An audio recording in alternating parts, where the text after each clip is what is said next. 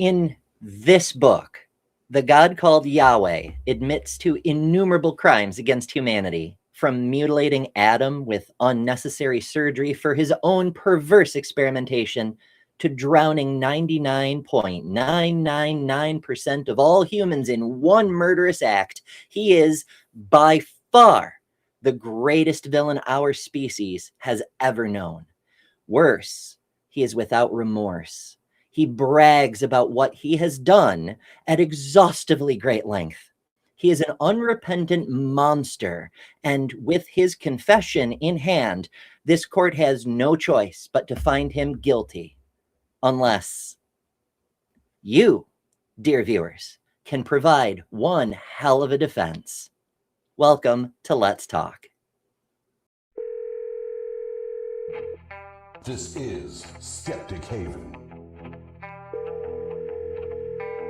Let's talk. Hey, Woohoo! how's it going? I'm still alive.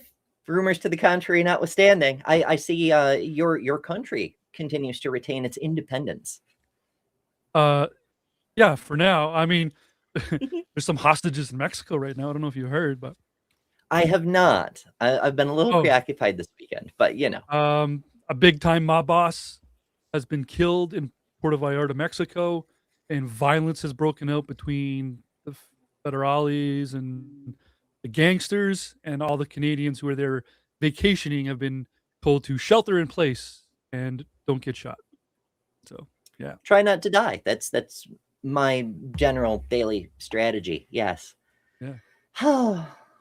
What a great God this universe has, that things have come to such a interesting state of affairs. My goodness. Indeed. Indeed. Craziness. So in the title of the episode, we put that God is facing a sentence of, what was it, 10 to the 100th years?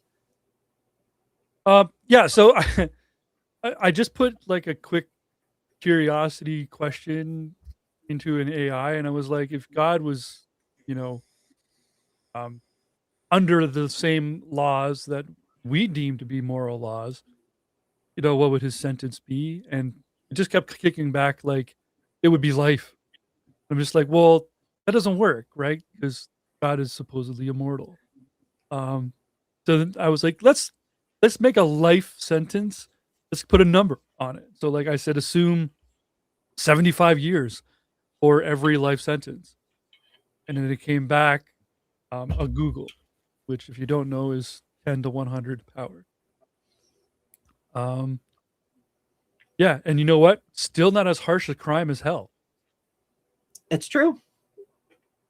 Because I mean, not only do we not have the eternity thing, we're still kinder, more forgiving, and more just than that God is. But also, while prison isn't like a vacation hotspot, it's not, you know, eternal conscious torment. It's not intended to be torture all the time. Right.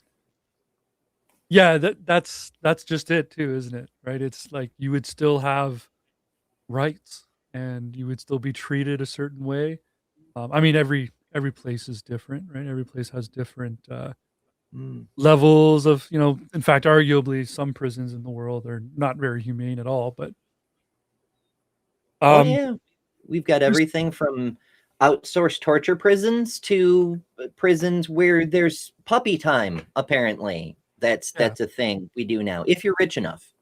If you're rich enough or connected enough. Yeah.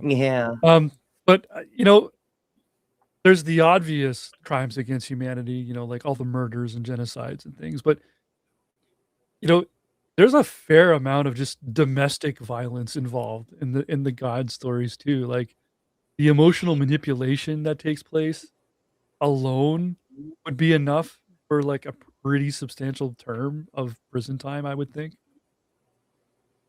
I think it depends on where you are and when you are. I mean, after all, here in the US at least, a lot of domestic violence crimes weren't actually crimes if it was your child or your spouse or, you know, your property, because that's what the Bible says, is other people are your property. Right.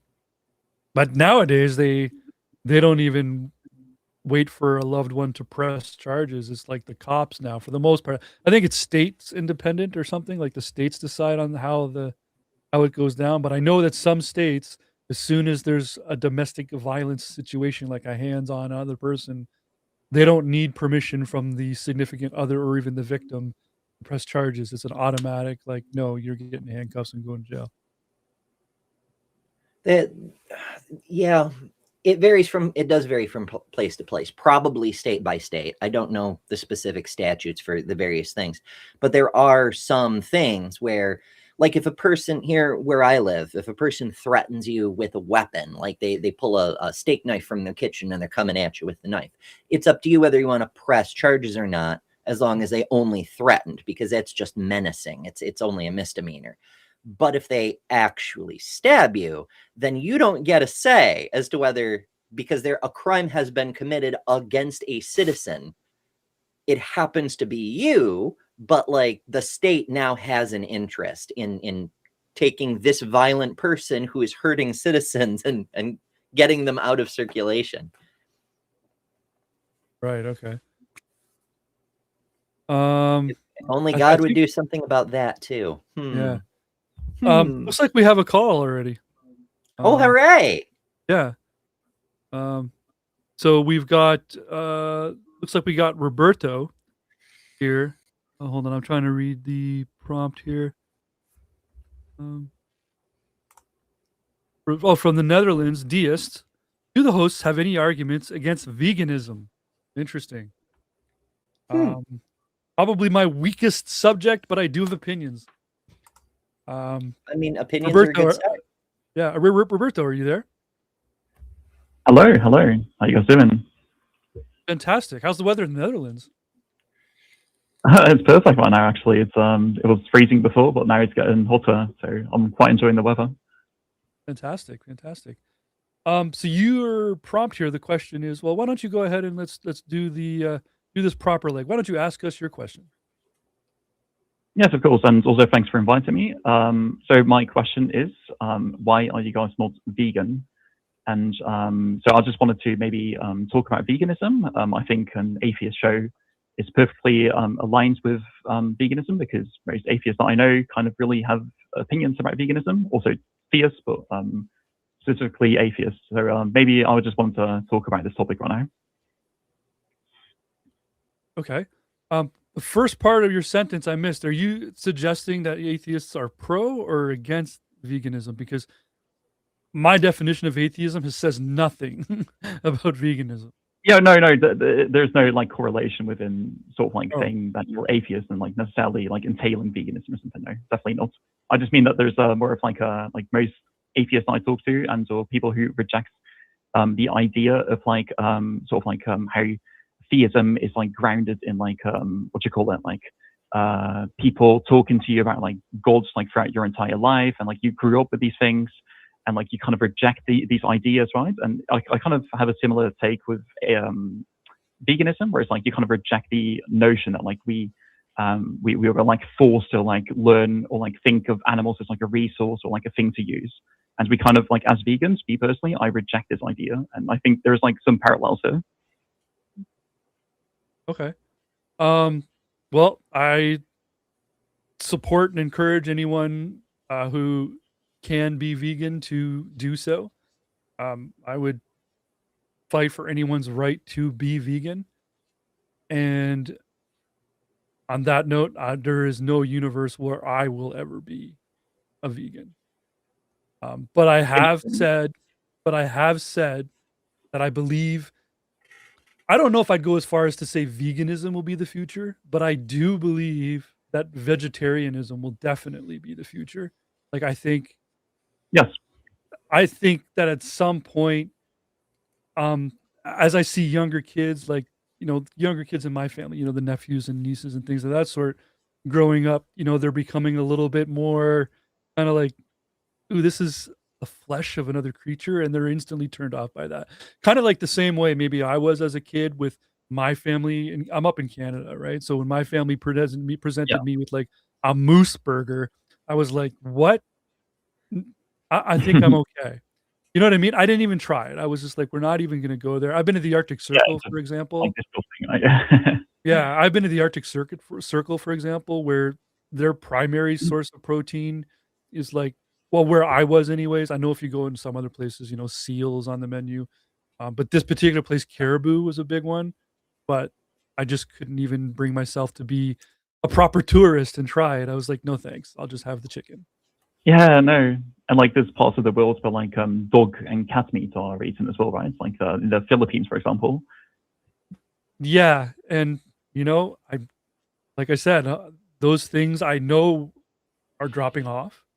And I'm a dog owner, so I'm definitely a hypocrite. Oh In yeah. this case, I'm definitely but Is it okay to like kind of like walk you through like some questions about like veganism, if I may? well, I feel like I've inserted a lot of my opinion. I would like to know Ember's opinion as well, and then I'm happy to take some questions and walk me through some stuff. Cool, I do have a few thoughts, yes. The first is that I wonder why you assume we're not vegans to begin with. Oh, are you guys vegans? I didn't actually ask, of course. Yeah, that's my bad. I'm not, as it happens. I'm close. Almost everything I eat is veggie based, but it's not because I'm making a deliberate effort to be vegan. It's just what's available to me at the moment. And as it happens, I do, for emotional reasons, kind of align with a goal of minimizing harm to animals because of, weirdly enough, childhood trauma. When I was very small, I didn't know that meat came from animals. It was just what my grandmother served me. Here, eat this. There's meatballs, there's sausage, whatever the hell. And then one day, being a small child, I knocked food off my plate and it fell on the ground. And my father picked up a little piece of beef and he held it right in front of my face. And he said, "Do you know what this is? This is a piece of cow. They killed a cow to make this for you. And now I have to throw it in the garbage because you knocked it off your plate. This cow died. It is dead. It will never live again. And you wasted its meat." Well, that's kind of rude, but it's not wrong. It's dark, Yeah. The sentiment is correct. The presentation sucked. Yeah, no, completely. It could have been better. Yeah. So yeah, Roberto, what questions have you got? By the way, I think I know what most of the questions you're going to ask are, and I'm going to tell you I am absolutely just as surface level ignorant and careless about the entire topic because I'm one of these people that never developed a palate for vegetables or fruit, which means if you take away my meat, I eat nothing. Yeah, okay. Yeah, interesting. Okay, so I first wanted to ask you guys what you guys think veganism means. Well, as I understand it, veganism is a step beyond vegetarianism, which is, primarily veg or exclusively veggies, really. Veganism is going to make sure that animals aren't exploited in any way. For example, no honey because it's deemed exploitative of bees, even though I could make a strong argument against that one, but it's not relevant. The point is not even exploiting animals for stuff that isn't the animal itself. That's verboten too. Do I have that about right? Yes. I feel it's about the same way. I would say it's veganism's the extremist angle of vegetarianism, where vegetarians, I find a lot of them are happy to just be like, I'm just doing it to be healthier. Vegans are doing it because of like equal rights for animals and so like milk is off the menu, cheeses, eggs, all of that kind of stuff. Yeah, that's my understanding of veganism. And I used to run a sandwich shop and I had vegan customers and I learned a lot from those vegan customers as well. So like I know a lot of olives do not count as vegan, for example, which I suppose Really? vegan. Yes. A lot of them are stored in lactic acid, which is an animal byproduct. Oh. So If Interesting. you want olives, you got to get fresh olives if you're a vegan. So it's almost like the way kosher and halal are deemed by certain requirements of how the food is treated, not just what the food is. It's because it's an actual animal byproduct that the olives are stored in. It's not even that. No, I don't consider that to be an equal comparison. Because a vegan's trying to go animal free in their diet, bottom line. So yes. So maybe to like sort of like talk about like what I believe veganism to be. It's an ethical principle against like using animals and or exploiting them. So I think you guys hit the nail on the head. Like those definitions are very close to how I define veganism. And I think it's important to also recognize that it's not just a diet. It's much more than just a diet, right? It's just like this idea that like animals are here for us, that we can use them for things, right?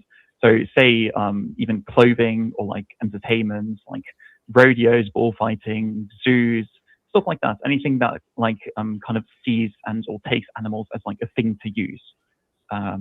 This is like how I define veganism. And it's interesting what you said about the olives. I didn't know that myself. I know wine is also not necessarily vegan always because of they use pig fat to transport it. So yes, there's a bunch of things that kind of go into all of these issues.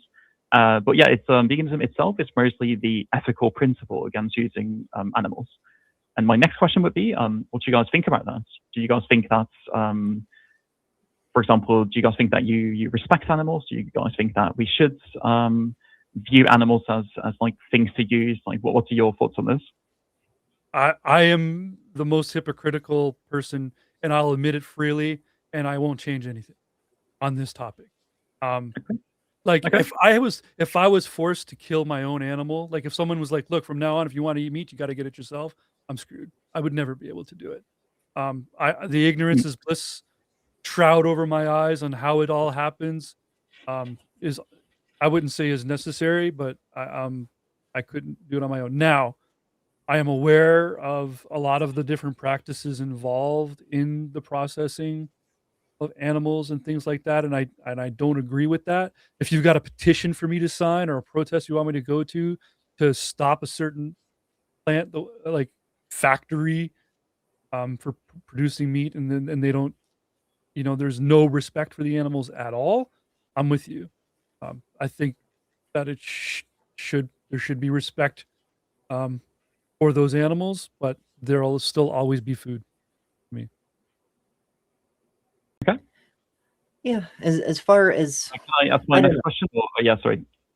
Yeah, the food aspect, we're at a place where we're only just now really able to replace the missing nutrients that we'd give up by not eating animals, or doing it the other way and sparing vegetables at the expense of animals, or whatever the case may be.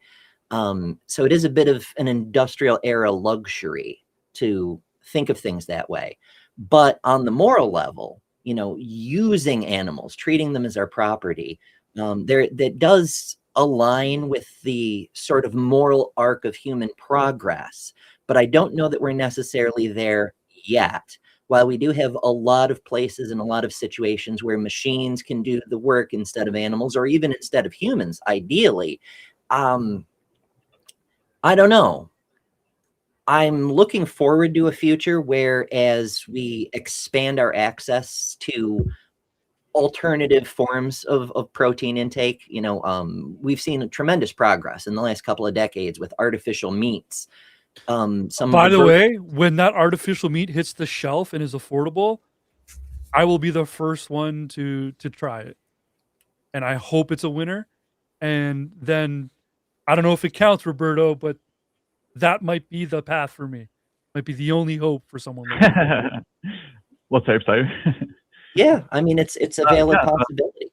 And the more we push in that direction, the more infrastructure and energy and investment goes into developing those technologies and getting the cost down to make them more accessible. And as soon as it's price competitive, I think just on moral grounds alone, it will take over. Because if there's always going to be some people who are like, I don't like the science meat, you're not going to make me eat from a lab. Yeah. There's always going to be some people like that, Of but I think which the majority, they're already eating the science meat, if you will. right? Like the amount of, and I'm sure Roberto has got some scary numbers on this, but like the amount of drugs and steroids and growth hormones that our animals are given already, just to be able to, supply the demand. And yet they draw the line at like the fact that the meat is now tasteless. Like, come on, like you're already halfway there, dude. Try the lab meat. Yeah, I mean, on that grounds, lab meat could be considerably better. Like, I don't know if you've like, it's hard to do a proper comparison because stuff from long ago, even if it's preserved, it's not the same as it was when it was fresh. And so, like, comparing old meat versus new meat, like we could have better quality stuff if we went back to some of the older ways in some ways. Mhm. And with lab grown stuff, we can grow it any freaking way we want, you know? Yeah. Anyways, we tangented a little bit there, Roberto, but what do you got? It's Never. okay. Good to like have a nuanced view and like elaborate your points. Yes. So there's I wrote some points down, right? So I don't forget. It's completely fine. So there's a few things mentioned here. So to start off, like you said that there is a bit of like ignorant bliss going on. Like you kind of just don't really want to know like what's going on. Like, and you also mentioned that you don't really I know what's going on, but like, yeah, I can compartmentalize it or whatever. Wow, I can't English today, but I can just block it off and still enjoy my meal. Yeah, but I'm aware of, and I've seen the pictures and things, and like, I know that like even, just eggs, right? Which eggs, for example, on their own, probably not the vegans' battle, but I do know that like whenever a rooster is born, they're just instantly killed because all they want are hens because they want more eggs. So yeah, I feel like I'm pretty fairly versed on some of the nuances there. Yeah. Would you like me to like respond to the egg thing, or like maybe go back to the sort of like original point? Or go back to the original point. Okay, sure. Yeah. So essentially, this like idea that like so this is kind of like I kind of assume that you already kind of have vegan values. Like it sounds like you do want to respect animals. It's just like more of like a mental blockage that's going on. This in psychology is when you don't align an action with like your morals. It's called cognitive dissonance. And I think that this can be dangerous because it can lead to justification of all sorts of like moral wrongs, right? And I'm pretty sure like we can kind of all recognize how like not internalizing like these morality things, sort of like moral things you have, and sort of like not expressing them through like actions can lead to like a lot of like wrongs. And the second part of your argument, you were kind of saying like you're in favor of like banning factory farming if there's a button to stop factory farming. Like I do. No, I didn't. Hold on, I didn't exactly say I'm in favor of banning factory farming, but I have seen and I know about some of the practices that go on in a lot of the factory farming that is unnecessary in my view. Like I would, for example, be of the position of let the animals have a life, and then I'll take them on the ass end of their life. Like I'll take them then. You know what I mean? But that's just not how it works. Instead, they would rather breed their cows to grow as fat and as fast as possible because it's factory. I'd like to take I guess I do kind of want to stop the factory farming, but not the mass production of it. So maybe you're kind of right. Maybe I'm definitionally speaking, I am against factory farming, but anyway. They like inject like cows with like estrogen, so they grow like 13% in size, and like almost. And then when a bull is born, they don't even get a chance. They're just like, we don't need the bull. They don't make milk. Yeah, move it along. Yeah, and they kill them because the males and they don't produce milk, right? Like it's crazy. But like the issue I have is reading details.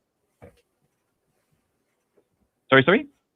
I said you do need some for breeding because the dairy stock lines are separate from the beef stock lines. They've gone through many generations of differentiation. So you do need some males from the dairy line to keep things going. Yeah, but if you assume a 50-50 birth rate of male to females, that's a lot of like unnecessary killing of bulls just It's because a it's lot like, of yelp. sorry, yeah, we don't need your beef and we don't want, and you don't make milk. So, maybe it's a genetic answer. Maybe geneticists can get involved and like choose to not breed any males if we don't need them. Anyway, Right. It has been known to Yeah, happen. so, mhm.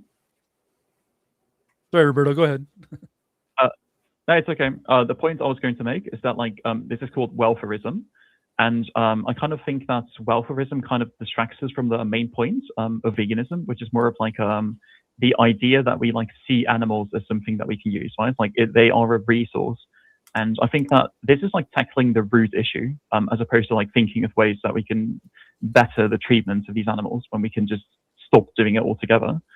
So these were your concerns, basically, right? That I talked to you about, and the other host. So you had a bunch of different concerns. Let me just quickly read the list. So you were kind of saying that how it's a luxury position, right? Not everyone is in a position to adopt a plant-based diet or to stop exploiting animals in some other ways. Yes, I'm well aware, and that's why I'm not really going to North Canada, for example, and talk to the Inuits and tell them to stop eating fish. I'm well aware that there is plenty of luxury issues, right? It's not everyone can. I'm not going to go to Gaza and tell these people oh yeah, you should not do this. But the thing in general is I'm mostly catering towards people who can do this, right? Who are in the capacity to make these changes and make more ethical choices. And let me see, the second thing that you mentioned. Yes, so my question to you would be, what stops you from not exploiting animals right now? You're saying you're looking forward to a future, but I assume that you can, you're in a position where you can do that right now. Well, in a way, I'm kind of already there insofar as I don't have the power to exploit any animals. I don't even have pets. I have to borrow my housemate's pets when I want to pet a cat. I have no control over any animals. Would you consider? When I would you animals, argument against having pets as well, Roberto? Just out of curiosity, are pets okay? Depends how you treat the pets. For example, if you have house cats and you give them non-vegan food, I would have an issue with that, yes. But fortunately enough, there is synthetic taurine that we can give cats, and health outcome data, epidemiological health outcome data, has shown that cats can live on a plant-based diet. So I don't think there is any issue with that, as long as you think of your actions with good conscience. Okay. I don't think that's true. I've heard of people attempting to put their cats on a plant-based diet, and then their cats die because they can't. They're carnivores. They're obligate carnivores. I had a cat just to kill the rodents in my house and in my yard. Yeah, that's an ecological issue. That's also definitely an issue.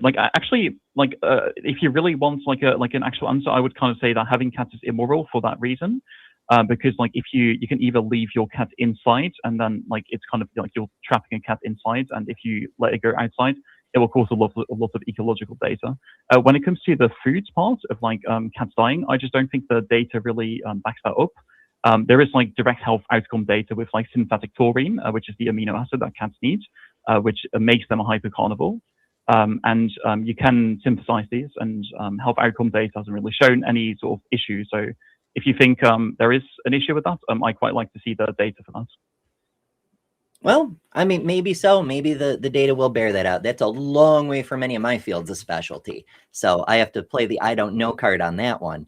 But I do see a problem with us trying to compel our pets to adhere to our moral choices. The whole point is the exploitation of animals. But other animals, they just evolved that way, and they don't have the capacity to make a moral choice. So us to hold them accountable for our morals seems in and of itself a kind of exploitation. We're forcing them to behave in a certain way that they're not biologically suited to because we think it's best. It makes us feel better. It's exactly the same kind of exploitation that they've been used for centuries. Yes, the reason I disagree with this point is because ultimately, when we say, oh, we have to morally hold like our pets accountable because of our morality, like we're also then forcing our morality upon the, for example, fish and or like animals that we kill to then give to our cats, right? So like we can not do this, and if there's another choice, which is to give them a plant-based diet, which is perfectly healthy for cats, as far as I'm epidemiologically aware, we can do this as well. So I don't think there is like a of course, like if there is concerns about this all, right? Like the ecological argument, I think is much better when it comes to like cats, for example. But like when it comes to just food and like holding cats sort of like to our like moral standards, I think you can definitely make that argument, because ultimately so many animals are killed to like feed your cats. Okay, I think I can kind of see where you're coming from. That if the cat were like a feral cat out in nature, of course they're going to eat birds and mice and so forth, because that's what cats do. But since you're keeping the cat, you're keeping it from doing its natural thing, and therefore it's you taking the action for killing its food upon yourself. So it has to go through your conscience, even if it's to feed the cat. Is that about right? Like I'm yes, and I'm like responsible for like the suffering I cause on the planet. So if I can do anything to cause less suffering, I will do that. So yes, I'm not talking about like I won't stop like a lion from like killing a gazelle, for example, because they are hyper carnivores. They need to. You can't even have them as pets. And I don't think it's fair to keep non-moral agents, which lions are, to our current standards. Yeah, so I think that's completely correct. But when it comes to like my personal responsibility, the decisions that I can personally make, yes, I will say that having a cat, giving a cat non-vegan food is also a moral evil. What about me and my Great Dane that eats like 8 pounds of food a day? Sorry? I said, what about me and my Great Dane that eats like 8 pounds of food a day? Sorry, English is not my first language. What is a Great Dane? I have a Great Dane, yeah. And she won't even eat a carrot. Yeah, she won't even eat a carrot. She's picky. She doesn't even like dog treats. Yes, dogs can live on omnivore diets as well. So, like, I don't think it's fair to like emotionally ransom like other animals into like feeding one animal you have a close connection to. I think that's a bit of a I don't know, a bit of a bad thing to do, right? But maybe like if I may, like I kind of like, this is all very interesting, this topic, but like I'm mostly just interested in like why you guys like personally aren't able to like go plant-based, right? I think that's like more of an interesting topic. I have there isn't a single plant that I will eat aside from perhaps a potato. Okay. Ooh, potato. Well, you kind of recognize that like this is like you then just saying you don't really like you're just going to finance like the exploitation of animals, right? Like there is you're recognizing that this is like a morally bad thing to do. Yes, and that's what I meant by how surface level, shallow I am on the topic, and I'm okay with it. That's okay. That's completely fine. Yeah. Can I maybe ask you like a hypothetical in response? Sure. Okay. So say that like I was doing something that you deemed immoral, right? Like, and I was kind of using your arguments, like, oh, I just don't care, or like I'm just not going to change. Like, how would you do this? Say, for example, like just like in a crazy hypothetical, like I was like a serial killer or something, right? Like, how would you convince me I should like stop doing this? Well, serial killer to me is on a different level. First of all, yes. So I wouldn't even engage with you on this topic of trying to stop you being a serial killer. I would just report you to the police, and then let whatever happens happen. Okay. But yeah, that's a fair answer. What we're talking about here, though, is you're trying to make a moral argument and not a legal one, right? So I encounter people every day who do things I deem immoral, and what do? I come on to Skeptic Haven on Let's Talk and answer phone calls from people and try to engage with them, share ideas, communicate. And even though, Roberto, there is like, I don't like to speak in absolutes, but I would say there's almost a zero-sum chance you will ever get me to even approach vegetarianism, never mind veganism. I am strongly promoting your message right now live here on YouTube for as many people to hear it, because for every person that you can get to hear your cause, I'm gonna die someday, Roberto. I'm a dying breed, and that's the way I see it. But there's no reason why other people growing up or listening to this right now can't go, you know what? I want to try this, or like, I appreciate this, or I understand it. Maybe someone today will go vegan on my behalf. So then it balances out. I don't know. That's not really an argument. That's not how that works. non-vegan vote. But bottom line is, Roberto, you've got me in a corner, and I'm okay with it. Like, I have no argument. None. You're 100% right. I'm 100% wrong. That's it.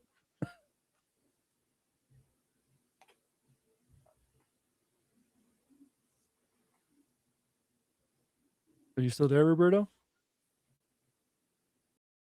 Oh, did we lose? Oh no.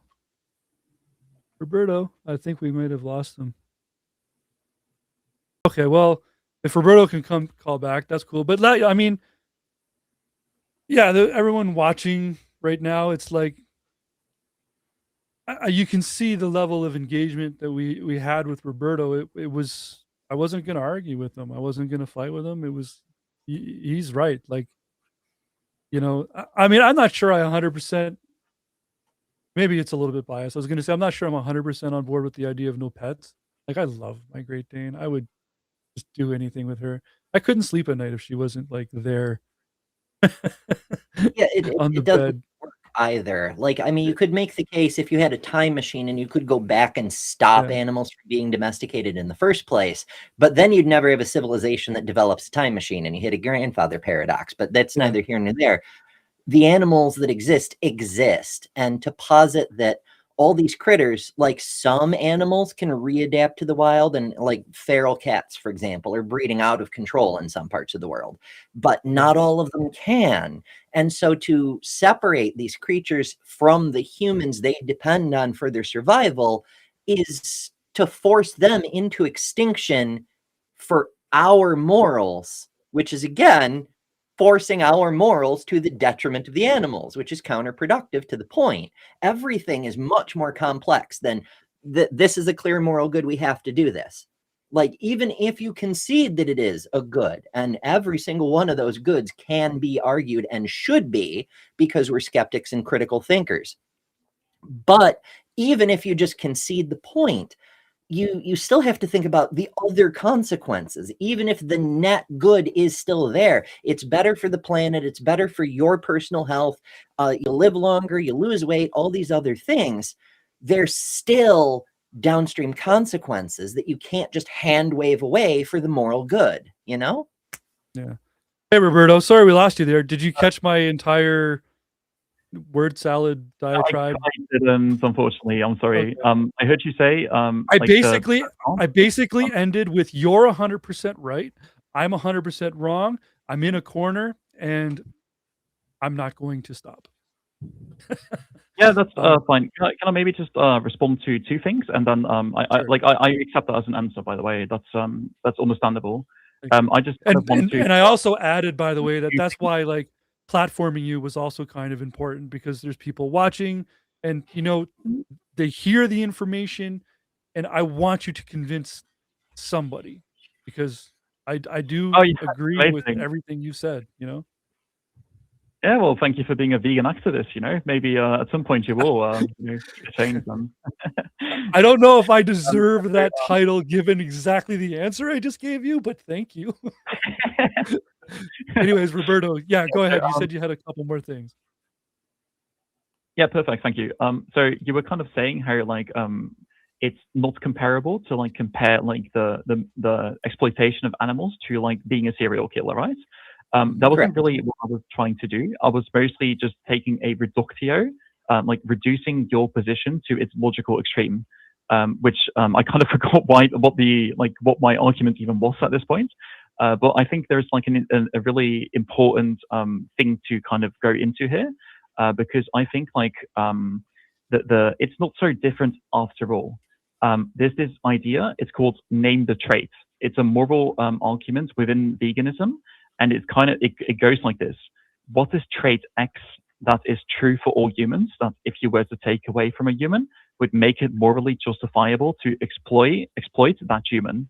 So it's essentially saying like, what is like the morally relevant trait that makes a human different from an animal, which I think makes it okay to like compare the two. Okay. Well, my first small little difference that I see there is killing one own's kind, right? So a lot of animals don't kill their own kinds, where you're now talking about humans killing other humans, which is, a small difference there as well, right? Yeah. That's kind of an against nature thing. Second, I don't really have a second point to that except for one's illegal and one isn't. Well, if eating animals became illegal, I would probably try to live the Matt Damon diet. Potatoes. Okay. Potatoes. Oh, fuck yeah, potatoes. We can potato. Well, listen, give me potatoes and mushrooms and maybe we can talk. But I see that kind of argument as something of a red herring because it's leading you down not the main trail, right? Because the fact of the matter is we exploit humans too. And as long as we're still exploiting humans, talking about not exploiting animals isn't going to get as much traction as you might like. We have to deal with the human exploitation before people will really get on board with extending rights humans do not yet have to non-humans, you know? Yes. Okay, so to start off, essentially the position that you would take, like the morally relevant trait being like the animal being part of a different species, right? Like you're essentially saying like, oh, well, we are human and they are not, right? This is like a morally relevant trait. This is called speciesism. And why I think that this is a dangerous line of thinking is because this is what racist and sexist and or any sort of like movements that are like trying to take a random arbitrary trait and like says that this is like a morally relevant trait to say that one is better than the other or like one is more morally considered than like another, right? So this is like, for example, if a racist would say like, oh, well, I think white people are more important than black people. I don't think that this is really a moral like trait. And this is like why I think speciesism is so important, right? The second point that you guys were making is that it's natural, right? Like it's natural to like kill to kill other animals. Well, I can also make an argument that it's natural to be tribalistic. There's literature on this topic that racism as an expression of tribalism is inherent to humans.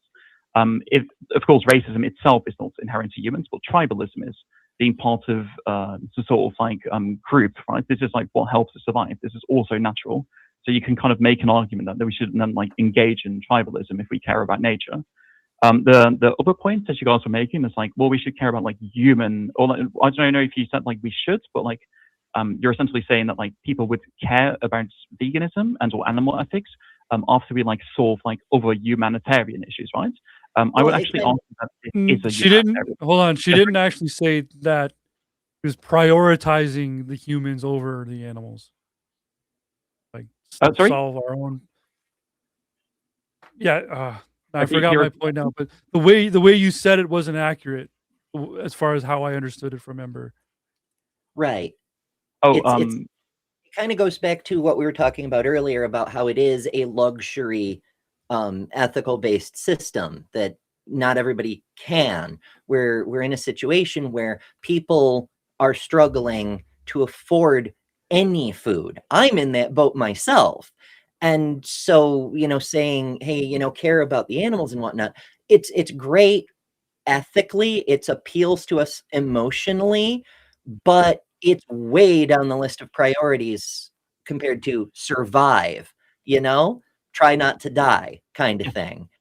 So what I'm getting at is that until we address the human exploitation, I'm not saying people will say, they won't do the whataboutism with, oh, well, forget the illegal aliens as long as the veterans are homeless, this kind of whataboutism bullshit that people like to do, but more that you're going to have a hard time getting traction while the people you're talking to are trying to not die. Like, that's taking up all of their time and attention, you know?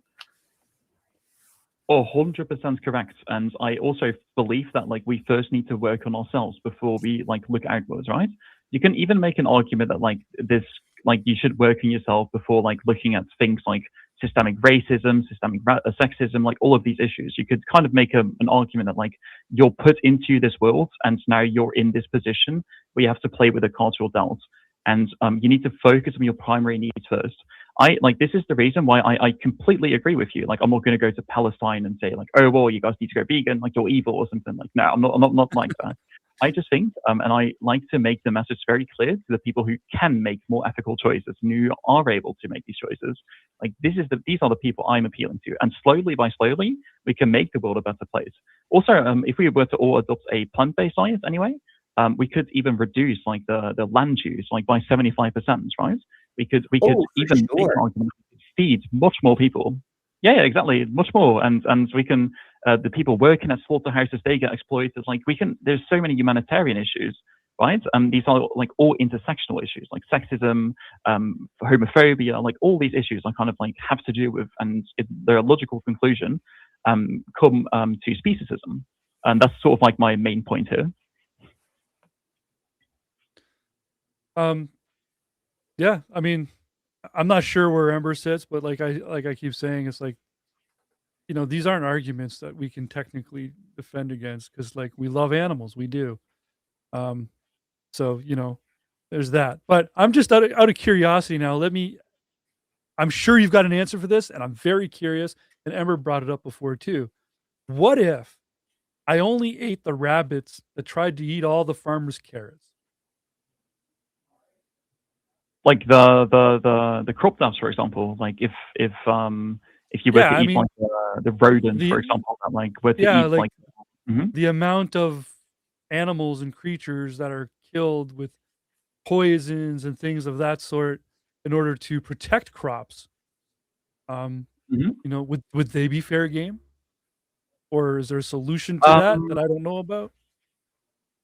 I guess you can just kind of, I mean, it's kind of similar to like say there's like a human who goes into your house like a robber or something, and then like you killing them for food or something. Like I don't know, like is this like moral? I guess not. Maybe I don't really have an opinion on this. I think, but maybe something I can say about crop dubs is the crop dub argument in general. The issue that crop dubs are a thing in the first place is because we have eradicated natural predators. And also because animals eat more plants than we do. So if we really cared about like all these crop dubs, right? Like we should still go plant-based because livestock consume much more. Like cows, for example, for every 100 calories that a cow eats in plants, we get 2 calories back in animal food. So it's still like a pro plant-based argument. But like the moral argument that you're making, question, I'm not really sure. I need to think about that. I think, like when it comes to like killing someone who's like invading. To be honest, the solution to me is actually really easy. But you know, and I think it's Japan has already started doing it, and it's kind of like they're doing farming vertically instead of horizontally, and therefore you get the food off the ground, and I think you'll be able to control, you know, intruders into the crops and stuff a lot more easier. Although that's got its own environmental problems too to go with it as well, to be honest. Too. Correct. But, correct. Yeah. Well, it also it's hugely beneficial for acreage, weather control. Like you can, if you take a 1 acre plot and you make 10 levels of farm, that's 10 acres only taking up a 1 acre space. Now, keeping it all watered, that's going to use a shit ton of water, but it'll be way more efficient than irrigating normal on the ground farms where the water just leaks away, you know? Yeah. So there's pluses and minuses, but there's and then there's the scary part. If like vertical farming becomes really efficient and really good, I feel like that's just the next step for like animal farming too. And then that's where that thing really is going to escalate to a whole new level. I don't know. It seems like there is some ethical pushback on the way farming is handled, even if it's not so much the end of all farming. But there's more pushing towards getting out of the factory farming, letting the cows graze and only bringing them in daily for milking kind of thing, which takes up a lot more space. I've seen, I think it was Chase posting in the chat, and other people have said, several times in the last several years, that a lot of the rainforest we're losing is to make cattle range, and getting rid of factory farms would make that worse, unless we don't need all that space to feed the cattle because we are using vertical farms. I mean, reducing the amount of cattle we use would, of course, be far preferable.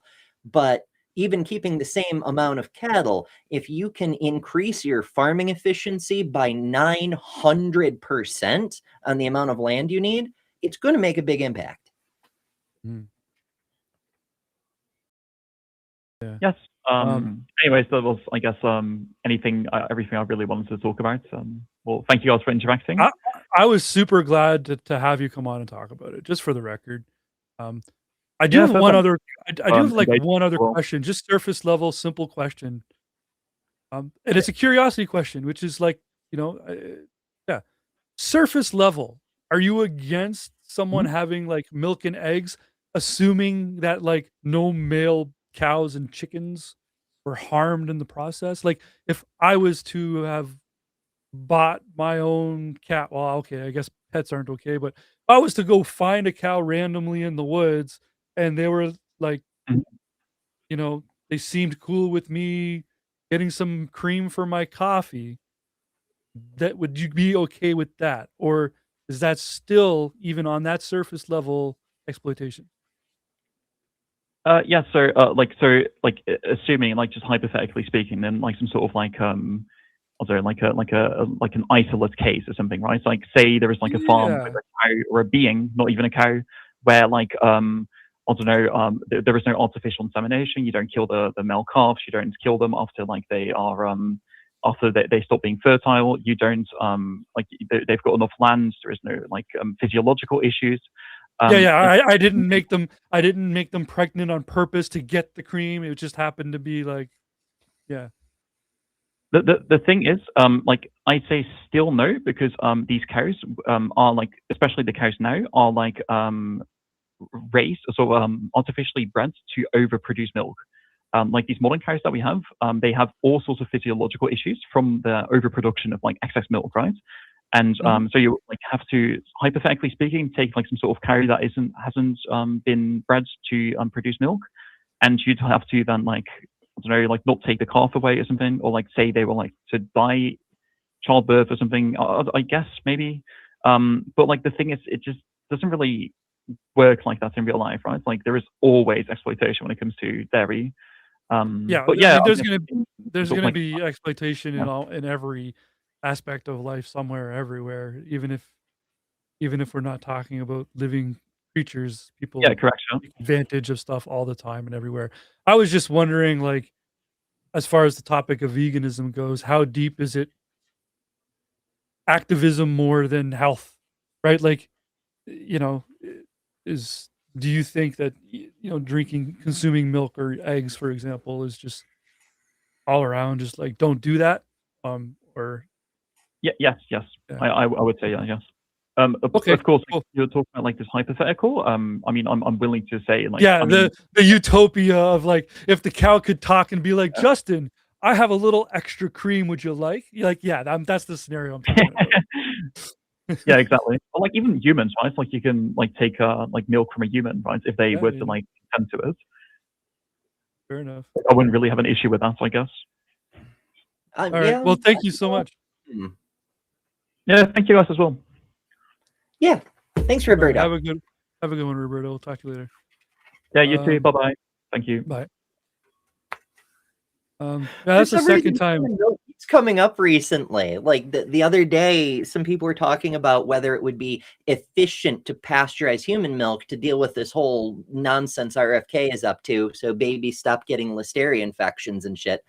And I'm just like, you realize, I mean, yes, you can actually pasteurize human milk, but that's going to lead to an entire industry where there's people being exploited to produce human milk instead for the rich fuckers. I don't like it. Yeah.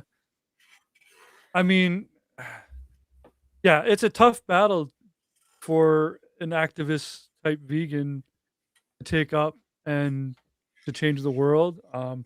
Roberto knew his stuff, and I give him all the props in the world. And I am the last one that will ever reconvert it, and it'll be 100% against my will.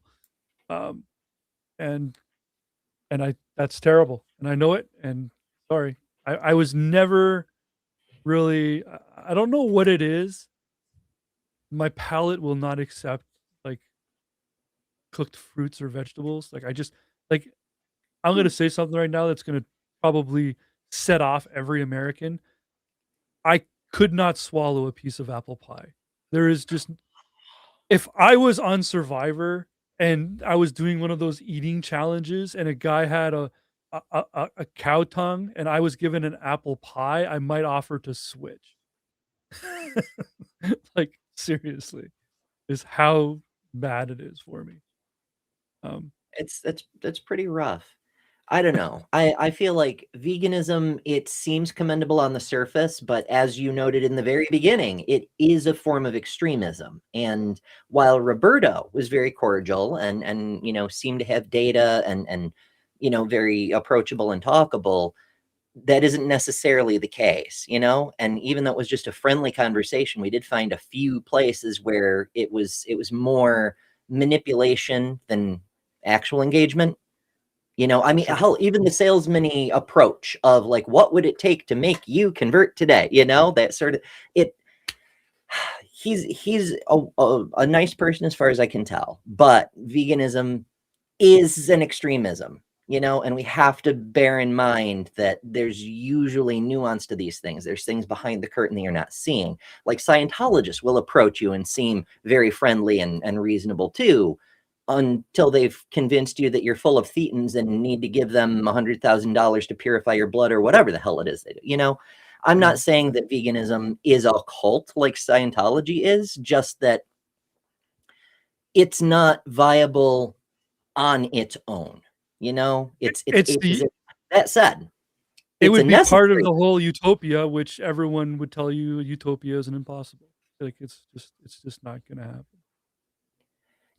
Possibly. I mean, we like to dream, but that's the thing. We like to dream. We need to have something to hope for, something to shoot for, something to aspire to. And I do think that veganism is a necessary position because where we are as a culture is over here, and we need to be dragged over here. We'll never make it all the way to veganism, but we will get closer into a much more morally tolerable position, And I think even the vegans would agree that positive progress is still positive. You don't have to be all the way to the goal to acknowledge you've made good progress, I just don't see any way for humans to eat where there's truly no animal byproducts or like the idea that a slice of bread can be 100% guaranteed to be harm-free to all living things is just not realistic.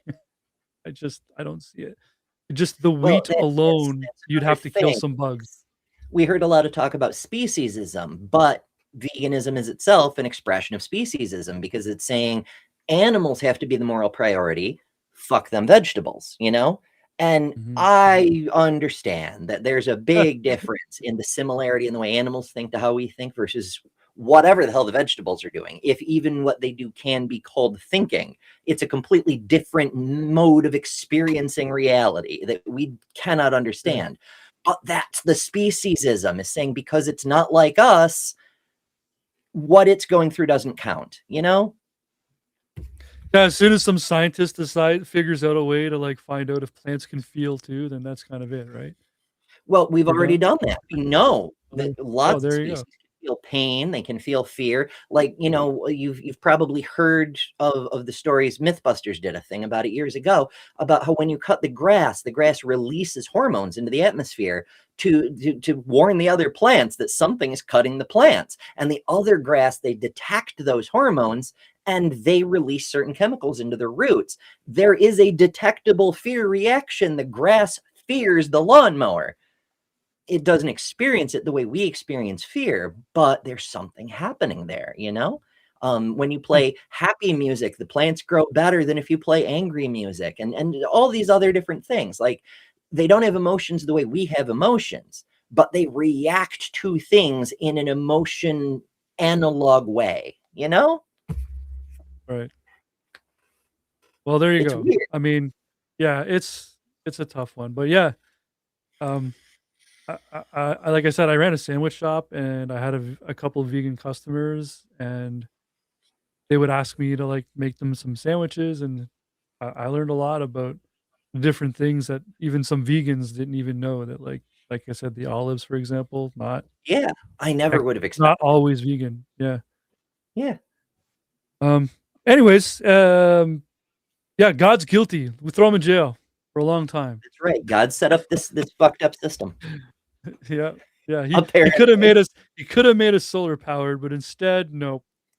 Not only I do know. humans Like require Roberto an said, yeah, the caloric efficiency of being a meat eater is way down. Like, the plants produce all the energy they need and then some surplus, and then the herbivores eat the plants, and the numbers vary. I think Chase said it's something like 25 calories of plants for 1 calorie from cows. This is why there's no predators of predators, right? Because it's the same sort of efficiency in the wild. The herbivore is getting 25-to-1 efficiency from the plants it's eating, and then the predator is getting 25-to-1 efficiency from the animals it's eating. So nothing's going to go after the predator because there's no efficiency. There's not enough left to exert the energy to hunt down a killing machine and kill it and eat it, except humans, because we're crazy people and we'll eat anything. right. Yeah, and I don't know what would happen to my Great Dane if I were to like just suddenly stop feeding her favorite meal. Like, I don't think that would go well.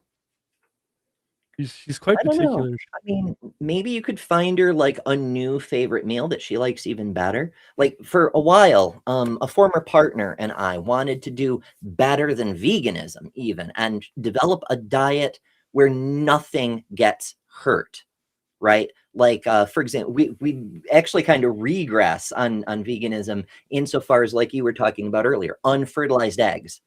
No organism gets harmed by that. Nothing gets killed by that because there's no organism there. It's an Right, unfertilized egg, so right. that would be fair game.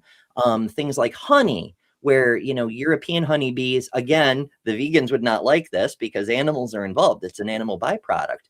But through their evolution, through thousands of years of agriculture, they overproduce honey. If humans don't extract that honey, then their hives become honey bound and they all die. Like, they need humans to remove the excess honey for them to continue to live. So it's created a kind of situation we have to deal with. And so using honey is not exploitative in the harmful way because they need us to do that. The same way dairy cows need us to extract the excess milk, or they will suffer and grow ill and potentially die. Our ancestors made it this way, but it's the world we have. And so it's not harming them to do the things they need us to do to care for them, and then using the resources that result. In a way, not to put it in capitalistic terms because I hate capitalism, but it's almost like we're rendering a service and they're paying us for it in the thing they produce. Yeah. Yeah, and if I borrow from your point as well during the call of priorities as well, I feel like if if we could just get more of the population to look at vegetarianism a little bit closer, then the leap to veganism won't seem so extreme. And on that note too, if we are really talking about like um, improving the livelihood of animals, maybe we should look at like the cosmetic industry first and things that like people don't Mm. even need to survive, and start there. And I think it's a process. There's no switch you're gonna flick on that's just going to flip the world. And if I have to move to the North Pole to be able to eat meat because the rest of the world went vegan overnight, I would. I've been there, so I already know I could live there. They don't shovel snow there; they just live on it. It's brilliant. It does seem a more efficient way to do things. Yeah. But in any case, yeah, if you guys want to talk to myself or Ember, get in the calls. You can call us at 984-400-5656. Or there's the call in studio link you can hit as well. I believe it's pinned at the top of the chat. Yes, it is. Hell yeah. Justin seems addicted to meat. Yes, absolutely. I'm so terribly addicted to it. Now that's an interesting topic because when a little while back, I had to get really, really serious about my diet for health reasons, and I cut my beef intake way back. Part of it was budgetary, but part of it was health. And I found I was having really strong cravings. They still hit me from time to time. Not just for meat, but specifically for beef, right? It's wild. Like, I think you actually can get addicted to it in some fashion. I mean, if we use the word addiction on a loose term, part of it also just like you can totally just blame the way I was raised. You know what I mean? Like, I was never, ever, ever forced to sit at the table till I ate all my broccoli, right? In fact, broccoli just wasn't even served, right? Because my father was the same way. He had the same diet, meat and potatoes. Corn's an exception. I could also live on like corn on the cob. I could live on corn, actually, but I would need butter, and there I fail again. You need butter. And oh my actually, goodness. and the potatoes would too, probably. So I'm still, yeah. There's just no universe. Milk. I drink so much milk, Ember, and I know for some Americans that's just like weird because it's like you're an adult. It's like no, you don't understand. Gallons. Chocolate milk is a weakness to me. I have like 10 liters of it in the fridge all the time. When it goes on sale in my neighborhood and they do the limit to like 4 per customer, I bring friends to help me buy more. Carry this for me. Yeah, like seriously, it's a problem. No, I get it. I live with a fellow who he's like all milk. He has to force himself to have orange juice and whatnot. He goes through so much milk, and I'll do orange juice. Loves milk, and it's fine. It's cooked in raw fruits and veggies. I'm not super huge on. Like I'll eat an apple, but not an apple pie. I'll eat a carrot, but like not a cooked one. But I don't know. I couldn't not have at least like some meat to go with it. I think I've heard this before. It's a textures thing for me. I don't want slimy, soft things.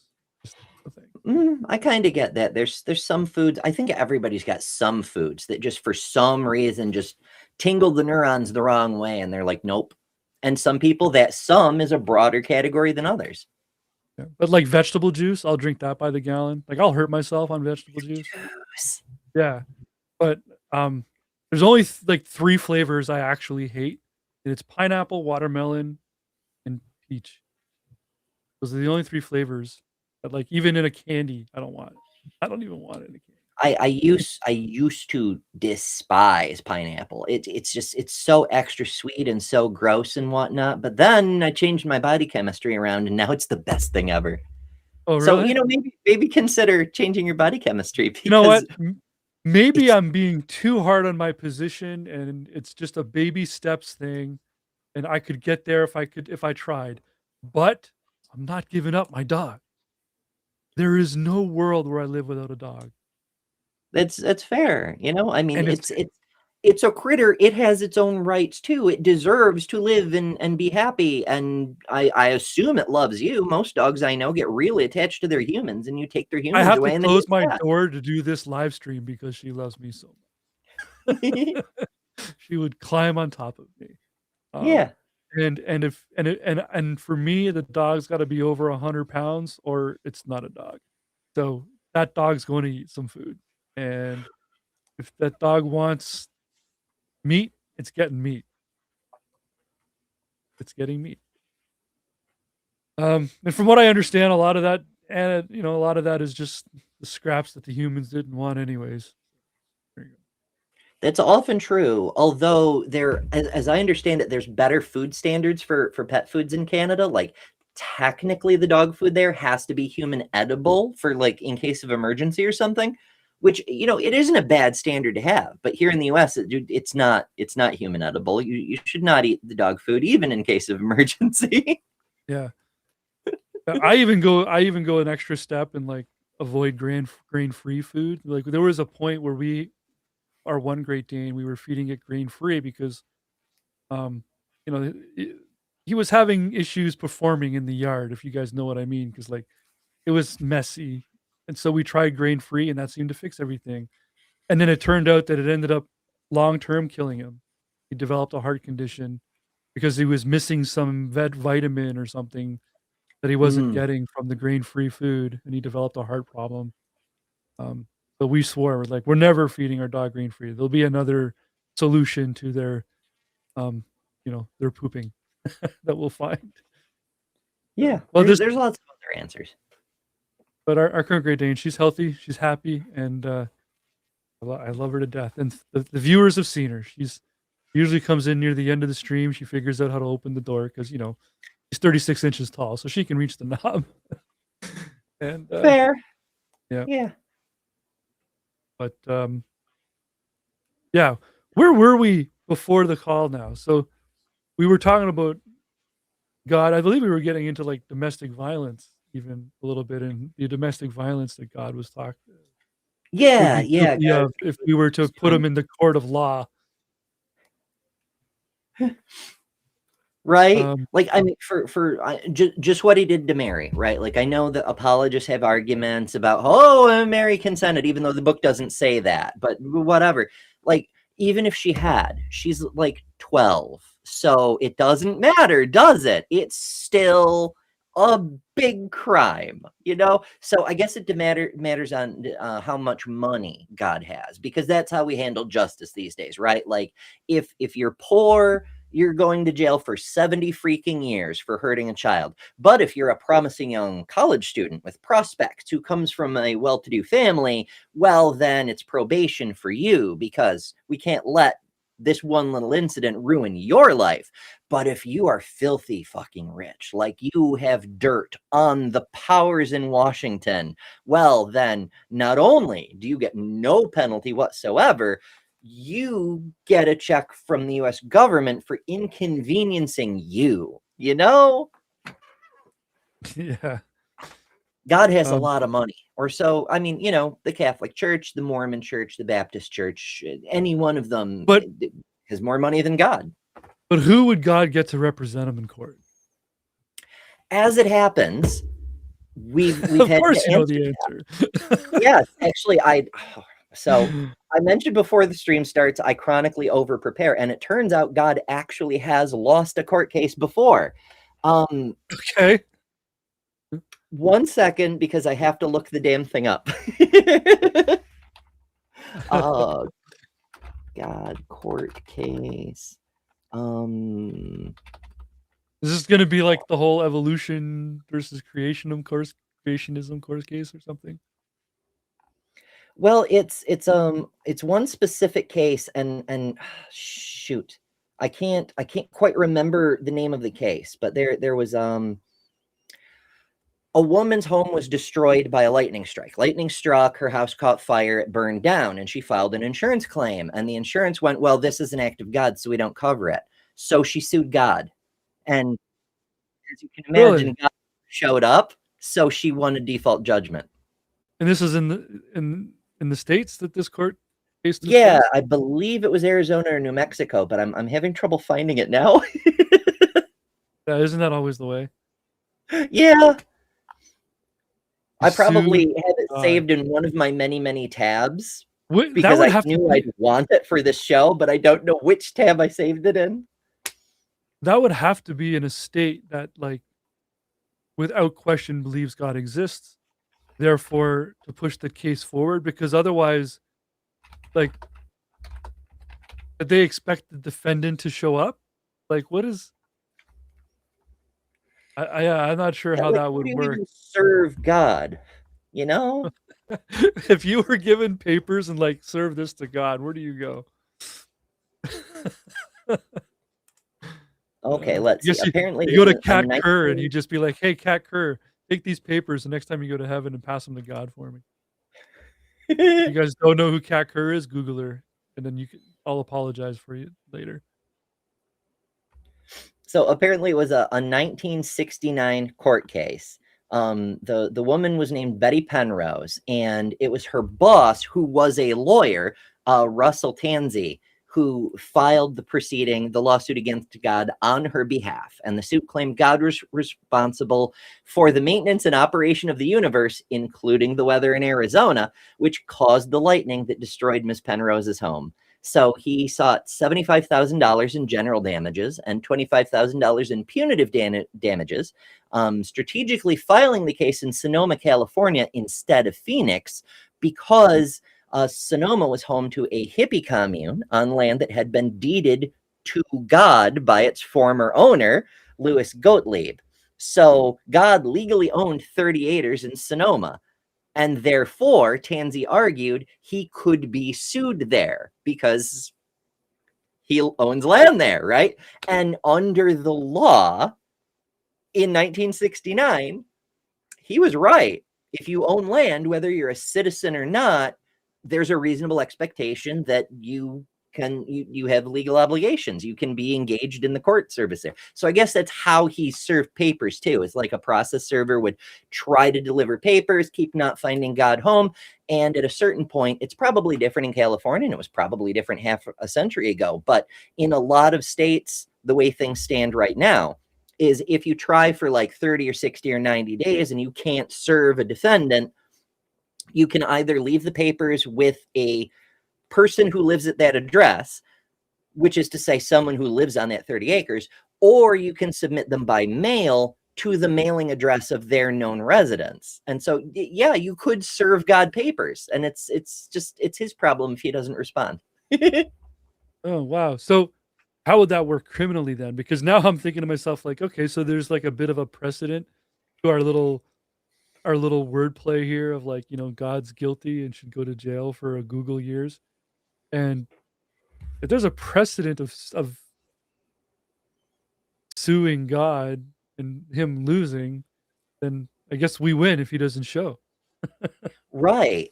And you can, I mean, you have to do it in like The Hague or in the World Court, that kind of thing. But you can try war criminals in absentia, because we don't have jurisdiction to extradite God from wherever the fuck he's hiding. But this is starting to get a little bit real now. I'm liking this. Yeah. This is starting to become a little bit less like poking the bear and a little bit like, wait a minute, can we do this? Can we just make him a criminal for the next Google years? 10 to the power of 100. Conceivably, I mean, we'd have to have some basis for our own legal authority. But I mean, yeah, and the cool thing about humans is any crazy thing you can imagine, there's probably a way to do it. It may take more work than you're willing to put in, but there's probably a way to do it. Now, but all of God's supposed victims are technically like long dead now. So I guess if we're thinking just United States law, there's going to be a statute of limitations on this, right? But there isn't one on murder. Right. Okay. So he'd still be on the hook for that. But we'd have to get like some lawyer somewhere to put up the case. A federal lawyer, I guess. I don't know how it works exactly, but because in Canada you can't just sue people because it's Sunday. Like you gotta have. So in America, I know it's just like you guys sue people. It's your second favorite pastime besides the Super Bowl, I guess. I'm not sure. Apparently, we're a very litigious society, even though most of us can't afford lawyers, and our laws are built that way on purpose. But that's a whole side topic. Yeah, there's a lot of lawsuits. Yeah, I mean, like I just watch, the commander in Queef over there, who's always just suing absolutely everybody for everything just because they look at him sideways, and then to make it worse, as you pointed out, they just give him a little bit of money to make him go away. They don't even go to court. It's like Yeah, it's ridiculous. Absolutely ridiculous. Yeah. Now, how do you lock up God? Oh, an omnipresent being ostensibly is already in every prison cell everywhere. So we just make everywhere a prison? And then you Well, can't go anywhere that isn't a prison? there are quite a few sci-fi novels that imply that Earth is a prison, that, you know, humans in the far distant past committed some great offense. You know, probably we tried to exploit the Martians or mine the black hole at the center of the galaxy, some crazy capitalist scheme that violated galactic law. And so the last two remaining humans, Adam and Eve, of course, were sentenced to spend a life sentence here on Earth, which is a planet with a strong enough gravity well that there was no reasonable expectation they'd ever escape. And we're still kind of stuck. We've been building a ladder, so to Sounds to me speak, like for a you long just time, gave us another case too. right? God just created a prison colony that we can't explore the entire universe. He made the universe uninhabitable by humans. Like, what the F, man? That's true. He made this little terrarium and he stuck us there, and we can't leave because we'll die immediately. We should get Robert to talk to God and make him a vegan so that we can get out of prison. Roberto, convince God to be moral. Convince him to be vegan. We want out of our prison. We want to go see Mars. I would Wow. love to see Mars. It's so pretty. I mean, we have the rover photos. They're fucking great. Some of them are VR capable. Like, you can see 360 degree. It's so freaking cool. The blue sunsets, the big four volcanoes, Pavonis Mons and Olympus Mons and Ascreus Mons and Arsia Mons on the Tharsis Bulge. The Tharsis Bulge itself is 5 kilometers above the surrounding landscape. And then the chaoses off to the east. It's such a big world. I mean, it's tiny compared to Earth, but I'm such a sick puppy. My first thoughts went to, I wonder if there's any flat Marsers out there yet. Like second generation of human colonists. All these pictures you're seeing from Mars, they're using a fisheye lens. It's not really round. It's flat. Mars is flat. Well, you know, from the top of Pavonis Mons, you're basically standing in space, right? You're poked right up out of the atmosphere, standing in space, looking down, and still from that great height, 30 freaking kilometers above the datum, which is a lot higher than any point you can stand on Earth. Standing there with your own eyes, in your spacesuit, of course, because you're standing in space, but with your own eyes, looking out, the horizon still rises to meet your eye level. It's weird how that does that, huh? Mm-hmm. Crazy. Oh man. Flat Mars, fam. We're doing it. I'm afraid to bring up any other ridiculous questions and topics because I can go on these side tangents all day, but you have an answer for everything. Then the question should be like, Ember, what don't you have under that hat? Do you know what you don't know? That is a very difficult question, even for a skeptical person. Well, okay, I don't know how to do makeup really well. Like, I can kind of fake it, but I'm not super good at it. Despite the compliments on my hat, I don't actually have a very refined sense of fashion. I'm just kind of winging it and going with what strikes me as. I actually had a different hat in mind for today. I wanted to be all in black for like judgy reasons. The opening, you know, God has been found guilty, we have his confession sort of thing. But the hat, a black hat, it vanishes against this void I've got here. So just a last minute thing. I'm like, what about a white hat? Well, it looks a little too cowboyish, but if I stick the lilacs on it, well, now it's positively Marsha P. Johnson-ish with its floralness. And I'm like, now we can do this. It's fine. It's fine. But yeah, there's a lot of things I don't know. I don't know how to make a YouTube channel grow, for one thing. I don't know how to earn income in a capitalist exploitative world without being an exploitative capitalist. Like, I mean, I know how I could make money with YouTube. I could just be an evangelist. You know, as we've all said before, we can all make the arguments that the apologists make better than they can. We could do that. And sometimes we feel kind of dumb for not doing that because the system is so amoral that if you're not immoral and taking advantage of it, you're starving yourself with your morality in a certain way. That said, I acknowledge it's dumb, but I just can't bring myself to consciously do evil things. Perhaps it's a weakness, perhaps it's a failing, but I don't know how to do it. Well, yeah, I had a point there and I was going to add, and then it just ran away. God dang it! It's Sunday. I get preachy. Yeah. What was I going to say now? Yeah. Anyways, yeah, I'm with you. It's tricky. And it's even harder right now, politically speaking, too. Like, the amount of silliness going on between our two countries is just ridiculous. And I don't know if you know this, but you know we got this group over here. We call them Maple MAGAs. Are you aware of that? I knew there were like some mega type folks, and they come in two flavors. There's the Make Canada Great Again that want to be like nationalist and Canada first and whatnot, and then there's the other kind that are like Donald Trump really is the best ever, and he should like become part of the U.S. so he can be our daddy too, or some shit like that. Yeah, there's one group that I've been engaging with on Facebook, and I know that's like, what the heck? That's cringe, and it is. It's a terrible place. But I go there to practice. I go there to learn. Actually, honestly, because when you're engaging with people with some really bad ideas, it forces you to research and look into what they're saying, and so that you can figure out, like, first of all, are they right or are they wrong, and then to describe how they're right or wrong. Um, there is a large group over here that actually are blaming our prime minister for not kissing Trump's ass and doing and giving him everything he wants.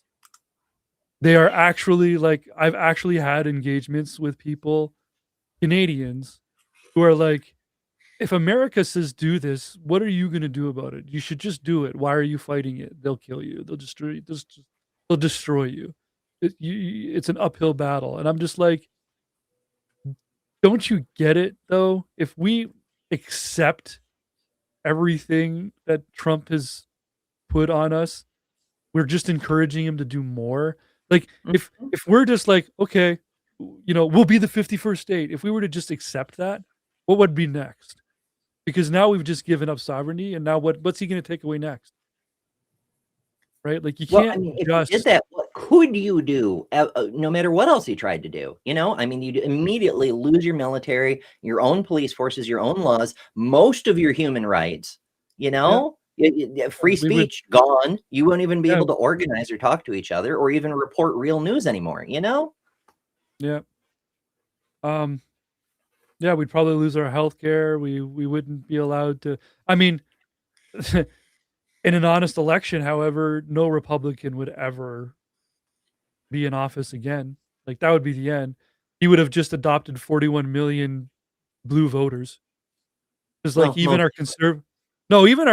most of our conservative voters are like the median, the average, not the extremist people, will also agree that Trump is off his rocker insane, right? Like, our blue politics over here or our red politics over here is more center than your right leaning in the US. That's fair. There's a lot of people who have been lifelong Republicans who sound a lot more like the Democrats. And in fact, they sound more like the Democrats than the Democrats do lately, but that's a whole other issue. The point is, the Overton window has shifted so much that even people who have held still their entire life are now on what seems to be the left, even though it's slightly right of center, objectively. Yeah. In fact, actually, that's what a lot of the news here is reporting even too, is that our Prime Minister, Mark Carney, he's actually staying fairly center, which is why he's having so much success over here, right? Like, he may be the leader of the Liberal Party, but he is very much like just kind of sitting in the center of everything. Well, that makes sense because remember, a lot of people get this idea from American media that liberal means leftist, but liberal does mean centrist. The whole underpinning of liberalism as a philosophy is compromise. Do the practical things that need doing to achieve the goals of greater harmony and more productivity and all of this assorted shit. Like the priority is never on this group needs to benefit more or this group needs specific protections. It's what do we need to do for the common good to make this society work. It's not, which military base gets the tax cuts or whatever. It's how do we build the next bridge? How do we keep the schools operational? It's a very practical kind of centrism. It's just in the US, because it's not the extreme far right, it gets conflated with leftism. Yeah. Are you worried about your midterm elections being true and honest?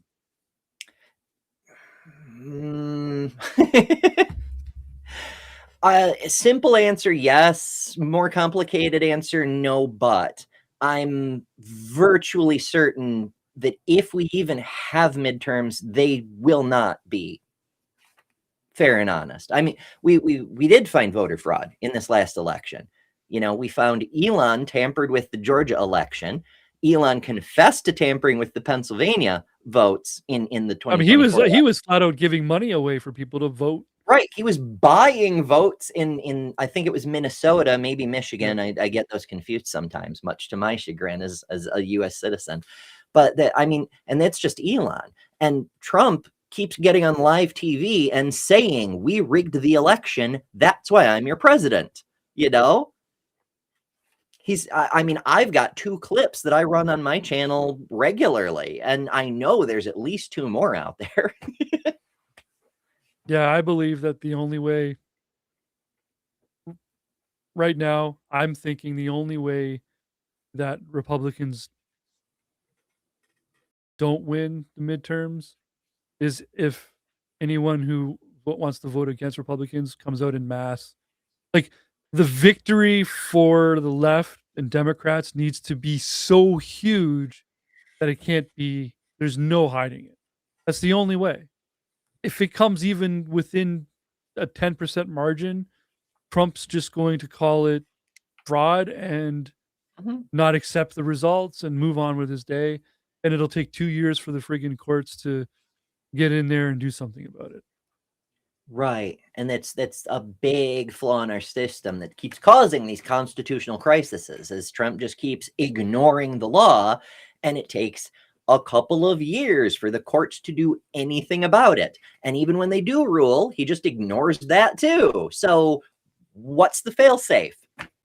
Yeah, we have a couple of them, but nobody's willing to pull the pin on that grenade. Yeah, it's crazy. Did you see the latest thing with the Greenland thing? The hospital ship, or is there more? Yeah, no, the hospital ship thing. That to me is the craziest thing, because if you wanted to have a more simple story in a bubble that has very little nuance at all to just demonstrate how off his rocker Trump is. So for anyone who's watching who doesn't know, we'll report on this. Let's do our little, let's put our news reporter hats on, okay? Oh, I gotta put a different... Okay, hold on. There's...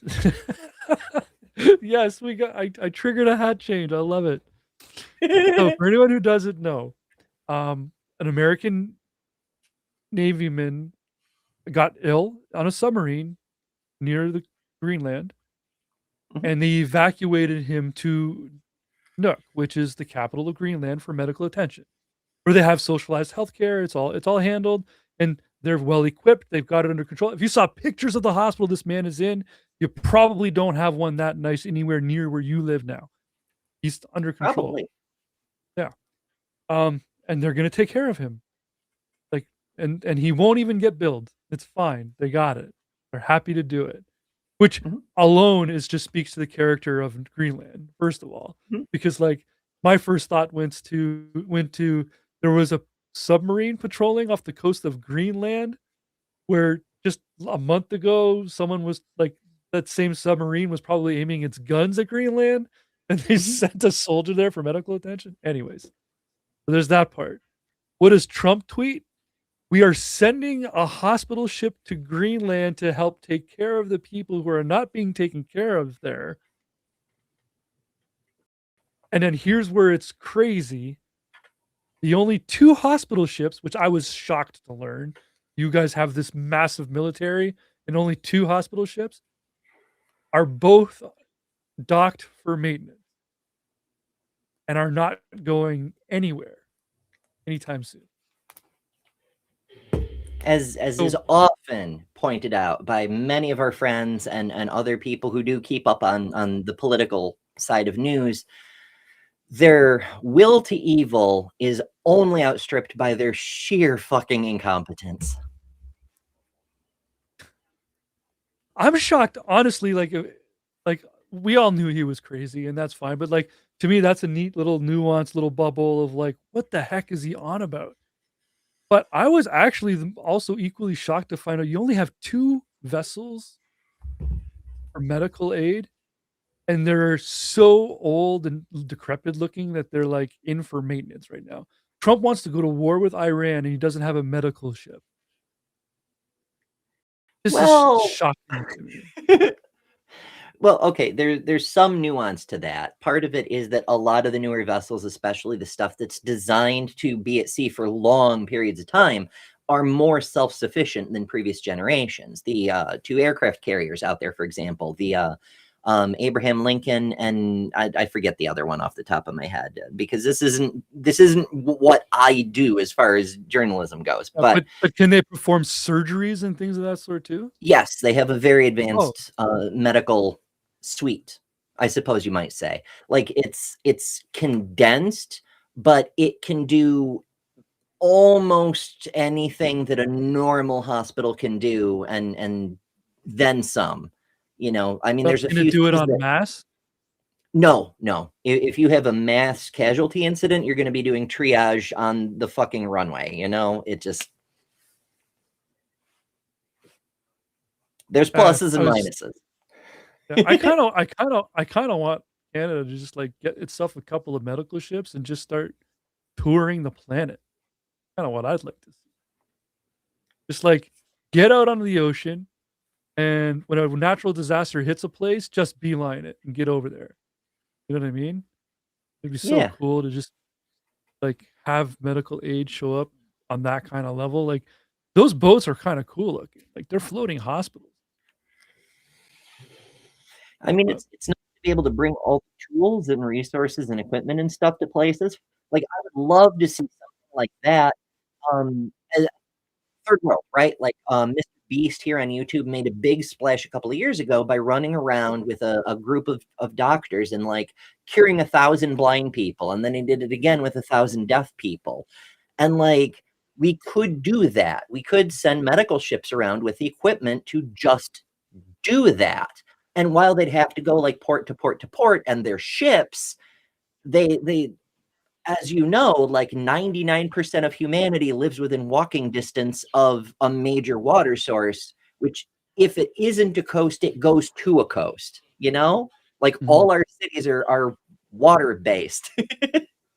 So yeah, you could just take a ship city to city and like cure all the blind people gradually, place by place, or all the deaf people. We could make that like a career if we were interested in funding actual science, actual humanitarian efforts, actual things that would make people's lives actually better. Then that could be a function of the World Health Organization or Doctors Without Borders or something. It'd be stupid expensive, but we could do it. And you could even make a capitalist argument for why we should do it, because every 1,000 people you cure of blindness are 1,000 new workers for your factories or whatever, you know? yeah, I mean, especially if the solution is so simple.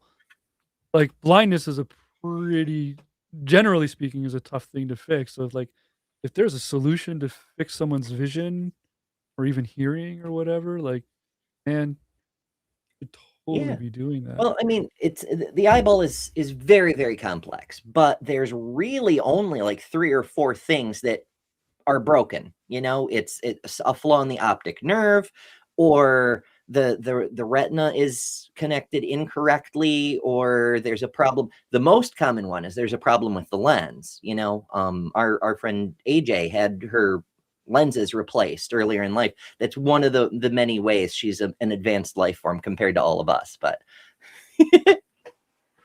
yeah, He's my favorite cyborg. Mhm.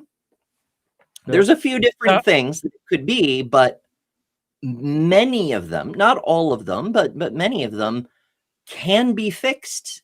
Maybe not simply, but in a single procedure, you know? Yeah.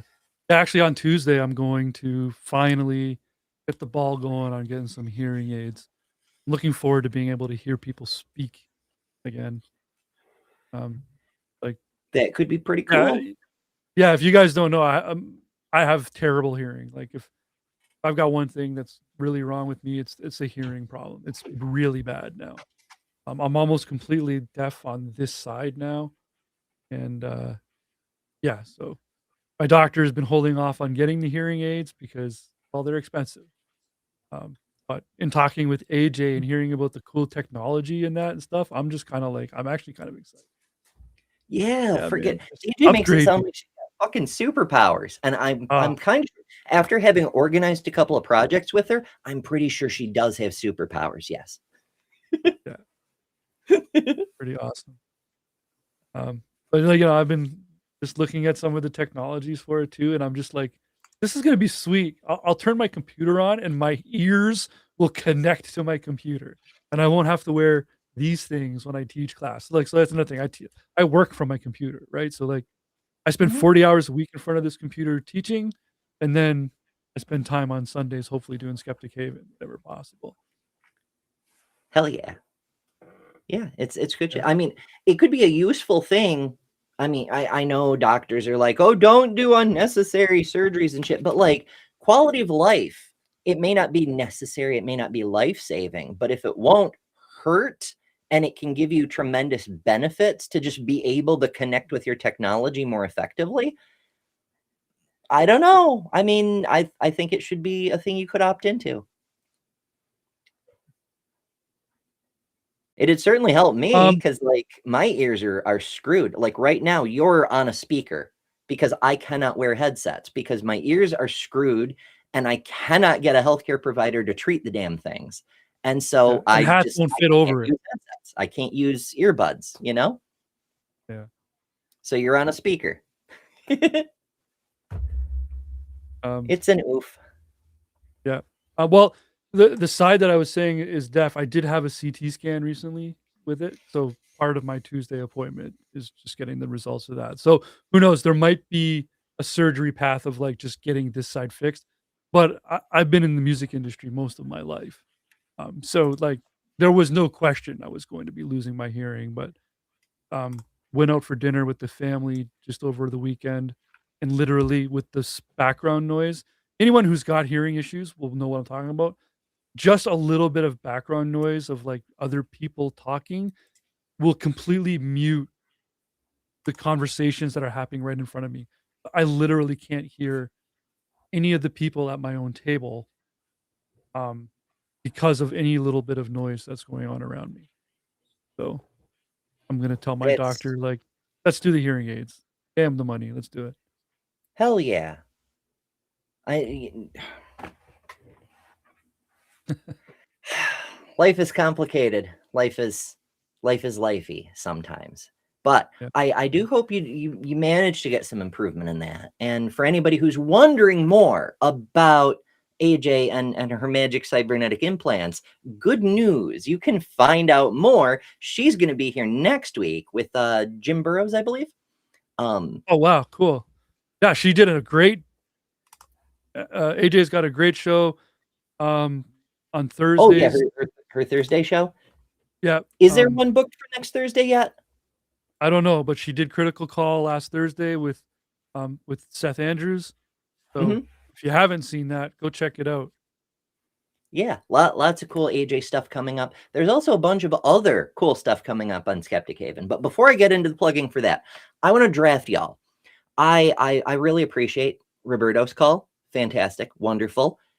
We do need more callers, right? Like we're gonna start wrapping up for the night, but we're here. Somebody is here every Sunday. We do need more callers. So those of you watching, we appreciate you being here.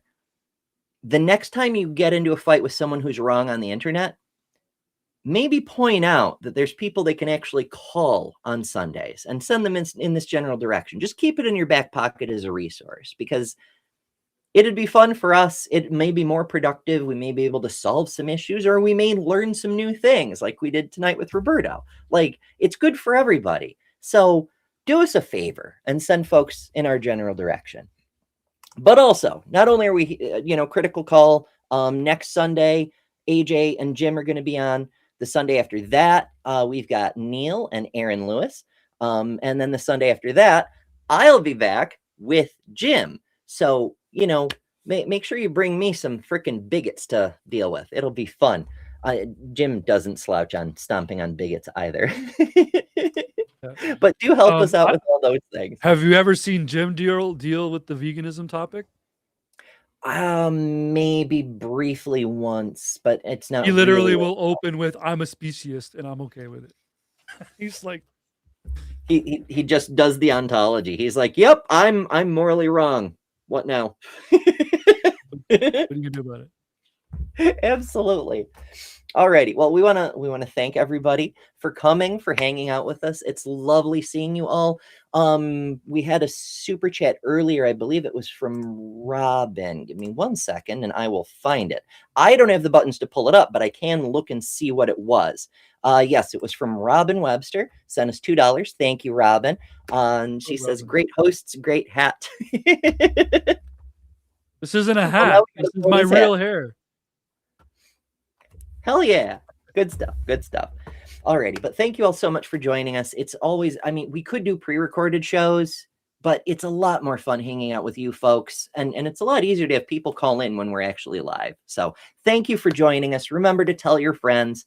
And before we go, of course, we gotta do the things. We gotta cover all the bases. So first of all, if you're new here, please take a second to hit the subscribe button. Also, do remember that Skeptic Haven is a nonprofit organization. And so, gifts and things help keep the place running. So consider sending super chats. Consider using super thanks if you're watching after the fact. That's a thing that's turned on here. You can do that. You can also become a member, like some of these wonderful people. Let's see. Current members include, but are not necessarily limited to, Kelly Laughlin, Logan Fisher, Cynthia McDonald, Infidel, Angela, Stop the Stupidity, and Tons of Mice, and possibly Tons of Mice's third wife, but we'll keep that between us. Or if you don't want, Google Incorporated taking a third of what you send, you can become a patron on Patreon. And so we're also thankful to our patrons who've kept us afloat for a very long time. And those include Karen Butcher, Logan Fisher, Amanda McLeod, Rion, Dan D, The Bible Says What, Sunny Shell, and Phil Calderone. You too can join that list and get your name read out at the end of every show by joining either here on YouTube or on Patreon at Skeptic Haven on Patreon. And, thanks for all you do. Before we go, Justin, any closing thoughts? Yeah, we need some inspiration, guys. We need some ideas here to drive engagement for Skeptic Haven. So what I want you guys to do, if you're still watching this, whether it be right now live or watching it again in the future, give us some ideas in the comments below for how we can drive engagement in our comment section. Some kind of maybe game or prompt or something that we could do every week in the comments, right? We want to get those likes, we want to get those subscriptions, but we got to get some comments flowing as well. So, what kind of crazy shit could we say that would get you guys to comment? Let us know. I want to know. We need to get more controversial. We need to do a show where we're like pro anti-veganism or something. I don't know. We'll just sit here and do a call-in show while eating like giant turkey legs. I was thinking like the health benefits of bacon, because that'll piss off vegetarians and religious people, and like everyone will be calling us and calling us sinners, and it'll be great. It'll be fun. Or I don't know. It's worth the try. But you know, we're always open to new ideas and new suggestions. That's a thing you can do too. In fact, I believe we have some socials and things linked in the description. If you want to tug on our ear after the show, off of the YouTubes, whatever the case may be, there's lots of useful stuff, including where you can find both Justin and I on our own channels, where we also do cool stuff. So, you know, track us down and beat us with a stick on the subscribe button. And also, one final note, this stream will take you over to Bad Science Sunday, already in progress with our good friend Maya Adkisson. Do enjoy. I'll steal Mark Reed's outro for this one. Be kind to yourself, be kind to each other, and we'll see you in the next one. Toodles, peeps. Bye.